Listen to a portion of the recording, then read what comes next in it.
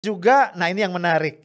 Kalau sebelumnya kan, apa namanya itu, Jasa Marga ya, di awal banget gue inget ya, di awal kejadian itu mengatakan bahwa CCTV-nya rusak, tapi kemudian diralat, bukan rusak, sebenarnya tetap bisa merekam kejadian, cuma memang tidak bisa mentransmisikan gambar. Ini gue bingung, ini kok penjelasan berubah-ubah ya.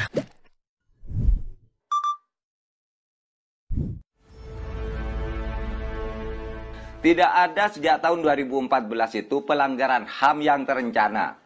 Jadi begini, saya ingin katakan supaya masyarakat paham ya. Pelanggaran HAM itu dan pelanggaran HAM itu berbeda. Pelanggaran HAM dan pelanggaran HAM itu berbeda. Apa maksudnya? Begini, setiap perbuatan kejahatan itu adalah pelanggaran HAM, tetapi tidak semua pelanggaran HAM itu disebut pelanggaran HAM. Misalnya saya menusuk orang mati, itu bukan pelanggaran HAM namanya, tapi pembunuhan. Ya, orang ngebom orang dengan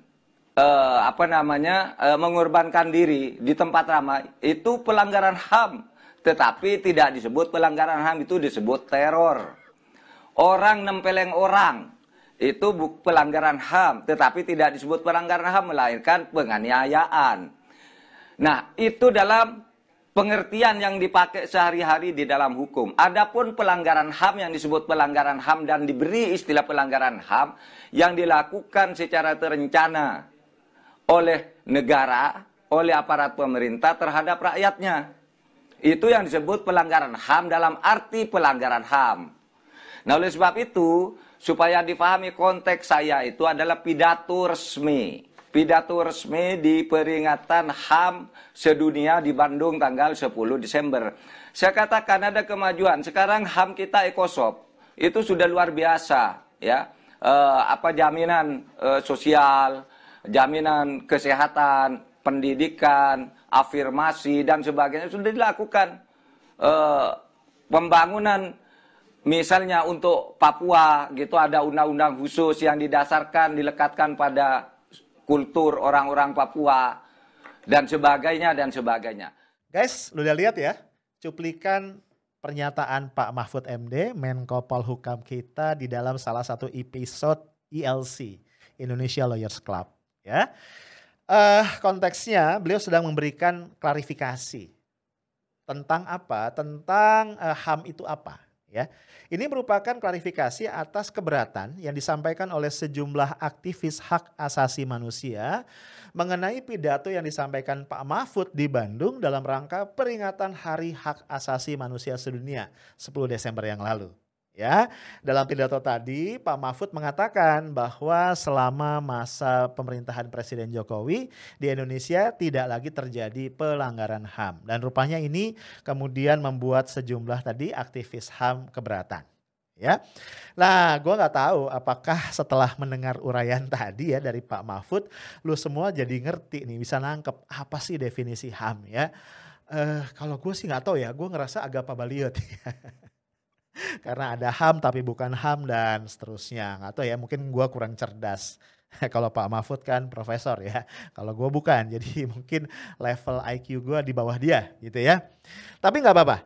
Nah, yang ingin gue ajak diskusi dari lu semua adalah apakah menurut lu ya insiden di kilometer 50 tol Jakarta Cikampek tanggal 7 Desember yang lalu yang menewaskan 6 orang anggota FPI itu adalah pelanggaran HAM atau tidak? Nah, ini pertanyaannya ya, yang akan kita diskusikan di dalam podcast gue kali ini. Nah, gue nggak mau ngambil kesimpulan ya, bukan diskusi namanya kalau gue nyimpulin di awal ya. Cuma gue akan kasih beberapa referensi yang mungkin bisa menjadi rujukan ya. Referensi yang pertama, ini lu bisa saksikan di layar. Ini statement dari Kontras ya. Dari siapa namanya? Mbak Fathia Maulidianti. Beliau ini adalah koordinator Kontras, Komisi untuk Orang Hilang dan Tindak Kekerasan, kalau gue nggak salah ya singkatannya ya. Nah intinya ya, Kontras mengatakan itu jelas terang benderang kata Mbak Fathia adalah pelanggaran terhadap hak asasi manusia. Ya, nah lu boleh cek ya link lengkap dari beritanya. Tapi intinya yang dikatakan Mbak Fathia adalah pertama, klaim polisi bahwa penembakan terhadap 6 laskar FPI tadi adalah tindakan pembelaan diri, ini adalah klaim sepihak yang tidak bisa dibuktikan. Kenapa? Karena tadi 6 orang jadi korban sudah tewas, jadi tidak bisa dimintai keterangan.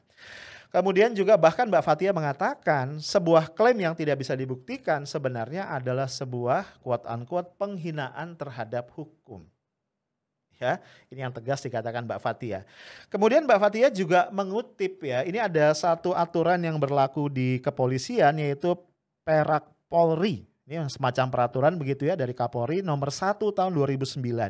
Yang berisi apa? Aturan-aturan tentang pelumpuhan dengan senjata api.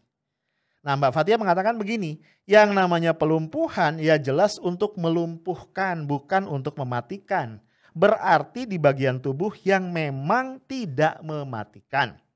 Nah terus Mbak Fathia menguraikan nih ya, dari dokumentasi jenazah pasca kejadian, ya lo tahu ya foto-fotonya tuh beredar luas banget, wah ngeri ngeliatnya ya. Luka-luka tembak di sekujur tubuh 6 laskar FPI tersebut jelas memperlihatkan bagian-bagian vital sebagai target tembakan. Kebanyakan di dada kiri ya. Betul ya, yang menyasar jantung dan tak ada satupun luka bekas peluru tajam yang mendarat pada bagian-bagian yang dimaksud untuk melumpuhkan. Nah itu argumentasi dari Kontras untuk menyimpulkan ya bahwa yang terjadi di kilometer 50 Japex ini adalah pelanggaran terhadap hak asasi manusia. Nah guys, satu lagi ya. Yang mungkin menarik untuk kita jadikan referensi adalah konstitusi. Undang-Undang Dasar Negara Republik Indonesia pasca amandemen. Ya, lu pasti tahu ada bab khusus di situ, bab 10A yang itu bicara tentang hak asasi manusia. Yang saya ingat gue ya di naskah awal Undang-Undang Dasar tahun 45 yang asli sebelum amandemen ini nggak ada bab khusus tentang itu. Ini spesifik banget. Ya, kita lihat yuk apa yang dikatakan di situ. Di pasal 28A, ini ada banyak pasal ya. Dikatakan setiap orang berhak untuk hidup serta berhak mempertahankan hidup dan kehidupannya. Jadi hak terhadap kehidupan dan hak untuk mempertahankan hidup dan kehidupannya. Gua nggak tahu apakah ini kemudian bisa ditafsirkan ketika ada orang itu direnggut nyawanya gitu ya, secara melawan hukum adalah pelanggaran terhadap HAM ya, tapi pasal konstitusinya mengatakan demikian.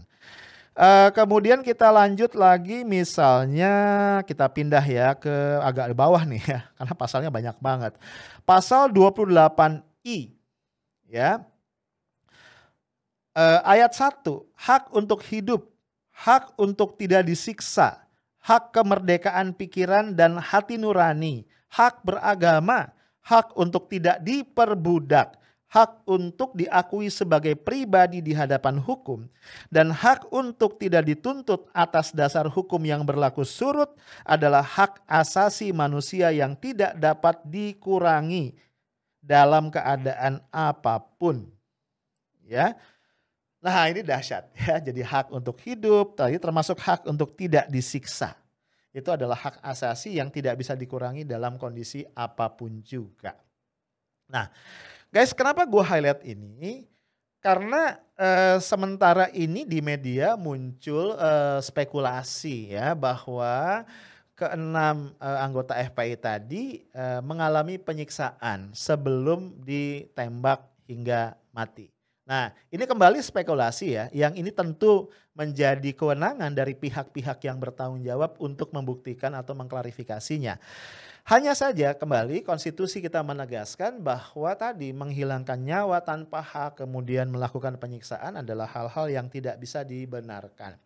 Nah gue ingin mengaitkan ini dengan tadi statement dari Pak Mahfud ya. Jadi kalau kita kembali ke videonya, kalau videonya kita saksikan utuh, nampaknya nih ya dengan keterbatasan pengetahuan gue ya, Pak Mahfud tuh mencoba menjelaskan. Jadi ada pelanggaran-pelanggaran HAM yang itu disebut sebagai pelanggaran HAM dalam definisi menurut konstitusi kita.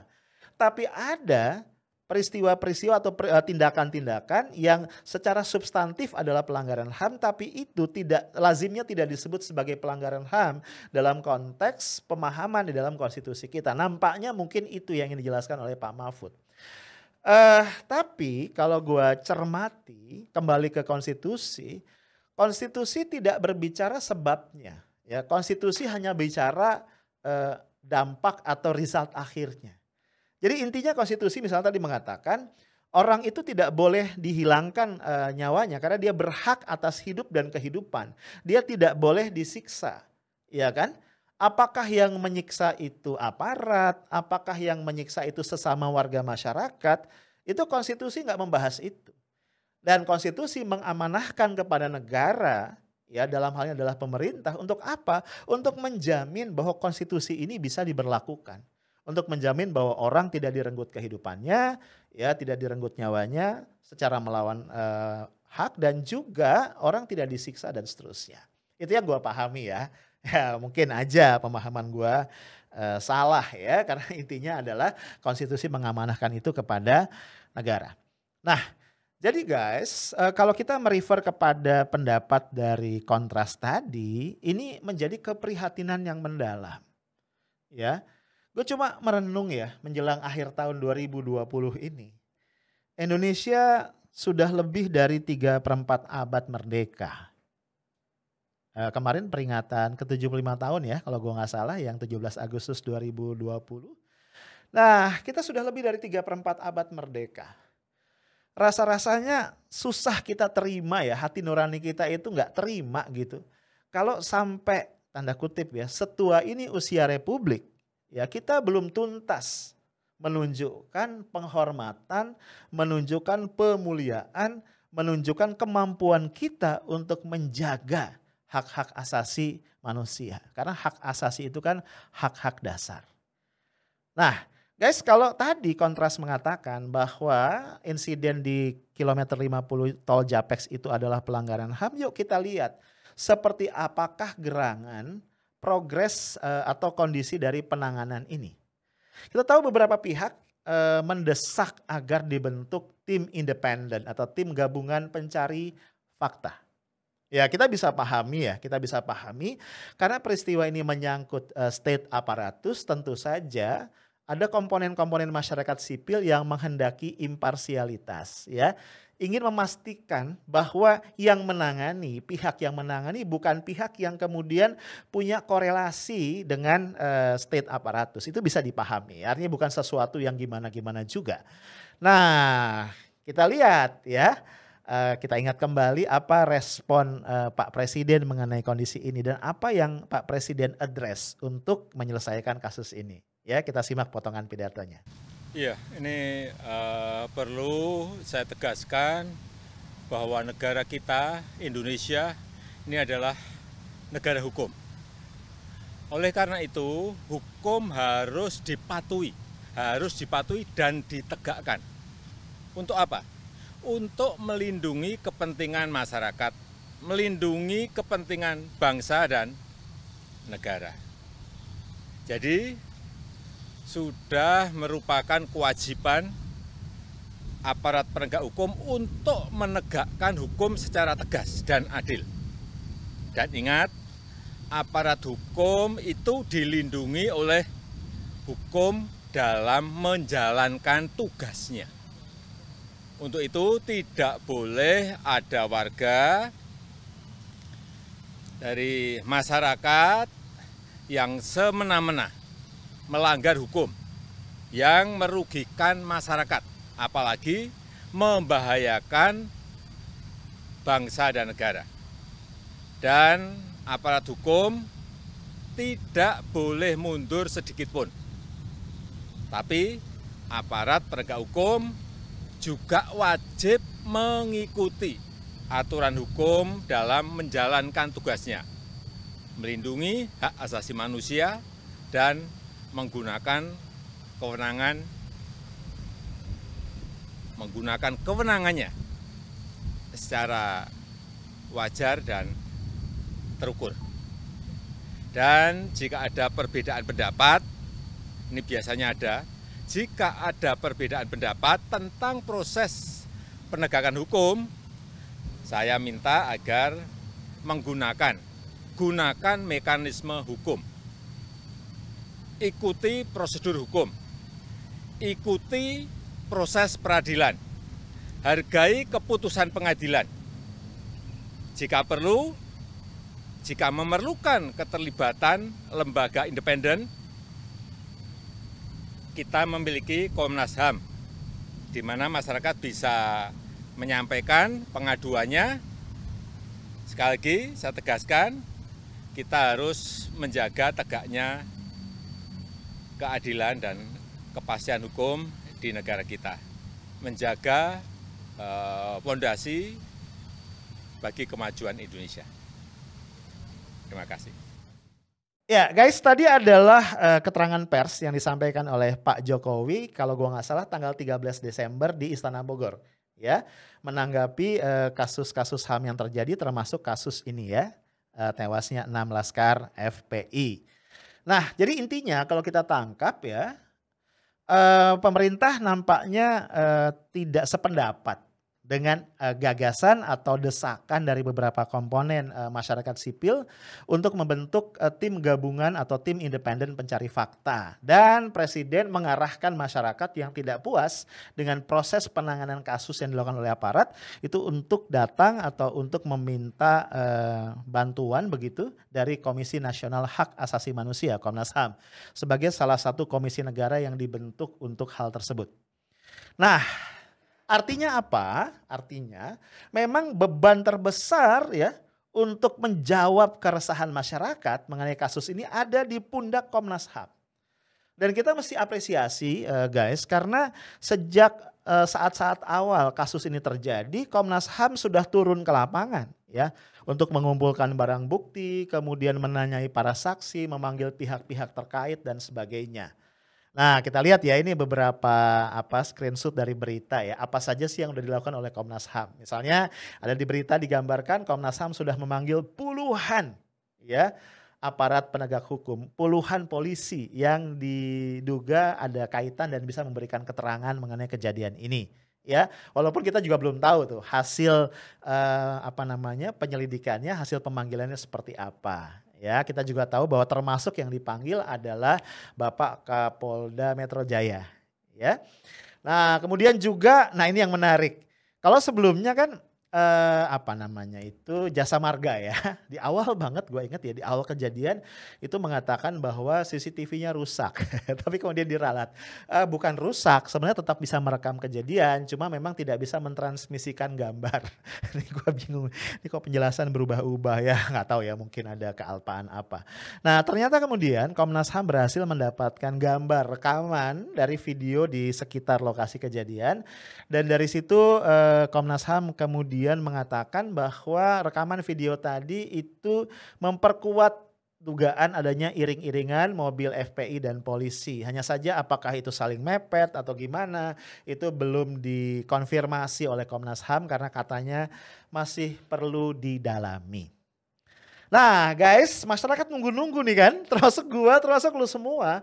Ini ada kejutan apa nih? Ada temuan besar apa yang bisa disampaikan, dikuak oleh Komnas HAM kepada kita semua? Karena memang begitu banyak area abu-abu yang itu mengganggu nalar publik sebenarnya. Nah, alhamdulillah. Tiba-tiba kami nih yang awak media begitu, termasuk FNN, di mana gue dan teman-teman itu berkumpul, dapat undangan. Nah ini lihat, lo lihat ya undangannya ya. Dapat undangan dari Komnas HAM, undangannya kemarin. Jadi diterima kemarin lusa ya, 2 hari sebelumnya. Jadi diundang kemarin tanggal 28 Desember 2020 jam 11 siang. Ya, waktunya agak nanggung, ke Komnas HAM di lantai 3 ruang pleno utama. Ya, jadi Komnas HAM ingin memberikan konferensi pers mengenai progres dari penyelidikan kasus insiden kilometer 50 tol Japex. Wah, pada semangat nih teman-teman ya. FNN pun mengirimkan perwakilan, ada jurnalisnya ke sana untuk menyimak nih, apa kira-kira yang menjadi temuan dari Komnas HAM. Ya. Tapi ternyata guys, apa daya. Gue terpaksa ketawa agak kecut ya.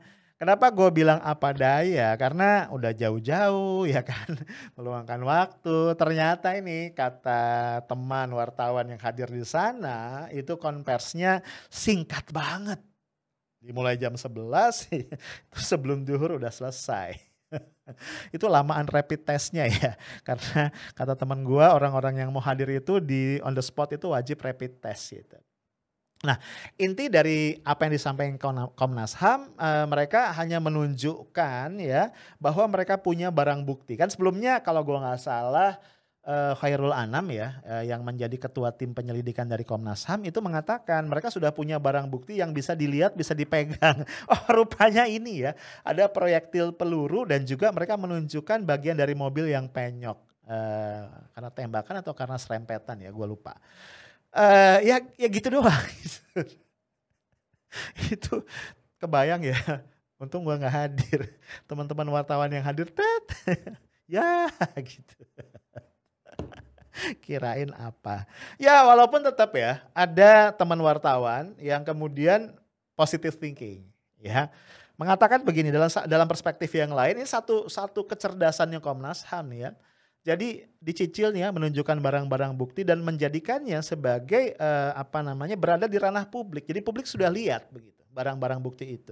Sehingga kalau nih ya mudah-mudahan sih enggak ada upaya-upaya dari pihak tertentu untuk menghilangkan barang bukti segala macam, jadi susah nih. Karena sudah menjadi bagian dari memori kolektif publik. Kira-kira gitulah ya, orang yang optimis kan ada aja ya. Kalau gua netral ya, nggak terlalu optimis tapi juga nggak pesimis. Nah, coba kalau kita recap. Kenapa gue bilang sejujurnya nih jadi agak was-was nih ya sebagian dari komponen masyarakat sipil tentang kerja-kerja Komnas HAM dalam konteks kasus ini. Karena ada banyak banget sebenarnya poin-poin pertanyaan ya, area abu-abu yang aduh ini gimana ya jawabannya. Misalnya gini nih, ini gue list beberapa aja. Ini antara foto jenazah yang beredar dengan pernyataan para pihak yang terlibat ya termasuk kepolisian, FPI gitu ya. Itu banyak yang gak sinkron. Nah ini pertanyaannya nih penjelasan detailnya apa ya. Misalnya gini, apakah 2 jenazah yang ditembak di kilometer 50 itu langsung mati? Atau meninggal di rumah sakit? Apakah 4 jenazah berikutnya ditembak di mobil? Atau ditembak di tempat yang lain? Tembakannya jarak dekat atau jarak jauh? Menembaknya pakai pistol kaliber berapa? Laras panjang atau laras pendek? Ya kan? Karena tadi kan katanya ketemu proyektil ya, mesti dicocokin apakah sama dengan 2 jenis senjata api yang oleh Pak Kapolda itu ditunjukkan dalam konvers pertama. Lu masih ingat ya? Yang juga ada senjata tajam segala macam itu. Cocok nggak gitu ya? Lalu berapa jumlah peluru yang ditembakkan? Peluru yang konon katanya tembus kepala dan punggung itu kemudian mengenai sasaran yang lain atau ke ruang hampa. Ya. Nah, ada lagi pertanyaan nih. Misalnya ini yang mengganggu, ini gue cuman kolek dari medsos, dari pertanyaan-pertanyaan yang beredar ya. Apakah foto-foto jenazah yang beredar itu asli atau editan? Kalau editan, pihak yang mengedit itu tentu harus dituntut ya kan, menyebarkan hoax. Nah kalau asli, bagaimana menjelaskan sejumlah lubang peluru di dada para jenazah? Kenapa ada kulit terkelupas? Ada alat vital jenazah yang melepuh. Apakah melepuh sendiri bekas kejatuhan benda berat atau ada orang yang membuatnya melepuh? Jenazah kenapa harus diotopsi saat keluarganya tidak mengizinkan? Terus terang kalau soal otopsi ini gue juga agak bertanya-tanya. Maksud gue gini, kan waktu konvers pertama pihak kepolisian itu yakin banget ya bahwa mereka berada di pihak yang benar ya. Bahwa para jenazah ini, orang-orang ini memang ditembak karena polisi membela diri gitu ya. Nah, gak tahu ya, menurut gua kalau memang polisi yakin mereka berada di pihak yang benar, harusnya kan nggak perlu otopsi ya. Otopsinya begitu terburu-buru, tergesa-gesa dan itu pun tidak diizinkan sebenarnya oleh pihak keluarga. Ada pertanyaan lain nih. Betulkah 6 anggota FPI membawa senjata api? Ya, katakan membawa senjata api. Pertanyaannya asli atau rakitan? Itu punya mereka atau hasil merebut ya dari aparat yang waktu itu berpakaian preman ya. Berapa jumlah senjatanya? Mereka dapat dari mana? Apakah senjata itu sudah ada yang digunakan untuk menembak? Kalau sudah, sasaran yang kena apa aja? Ada lagi yang lain nih soal CCTV. Soal CCTV yang awalnya diklaim rusak, ya kan? Kemudian berubah nih, ternyata tidak rusak, hanya nggak bisa ngirim rekaman, ya. Terus sekarang Komnas HAM ternyata kasih informasi ada ratusan potongan rekaman ya, masing-masing sekitar 10 menit ya, yang diperoleh dari 4 CCTV yang terpasang di kilometer 48 sampai 51. Pertanyaannya, kenapa CCTV-nya harus dipotong-potong? Kenapa hanya sampai kilometer 51? Nah ya, ini banyak pertanyaan-pertanyaan yang mengganggu. Nah, poinnya adalah masyarakat tuh sudah sekian hari menunggu guys. Udah sekian hari menunggu, tapi ternyata yang diungkap oleh Komnas HAM baru sampai di situ. Nah, poin gua begini. Walaupun mungkin tidak dicantumkan di dalam konstitusi, menurut gua salah satu hak asasi ya yang paling mendasar versi Arief Munandar itu adalah hopes. Ya, masyarakat atau publik itu akan tetap bisa berpikir waras, akan tetap bisa optimis, akan tetap bisa tertib, akan tetap bisa melangkah atau menjalani kehidupannya dengan baik ketika mereka masih punya hopes. Dan dalam konteks bernegara, hopes itu adalah hopes terhadap penyelenggara negara. Ya, terhadap penyelenggara negara. Karena sekali lagi, ini gue gak bosan-bosan yang mengatakan tujuan kita bernegara adalah agar kita terlindungi. Karena negara itu dibangun untuk melindungi segenap bangsa Indonesia dan seluruh tumpah darah Indonesia. So, negara lewat para state aparatus punya kewajiban untuk menjaga agar hopes ini tidak hilang.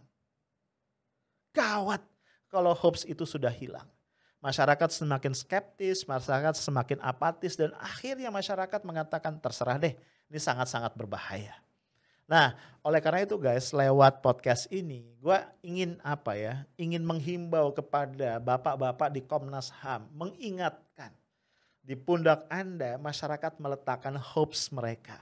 Mungkin hopes mereka yang terakhir agar kasus ini terang benderang dan tidak menjadi sisi gelap yang tidak terjelaskan dari sejarah hak asasi manusia di negara yang kita cintai.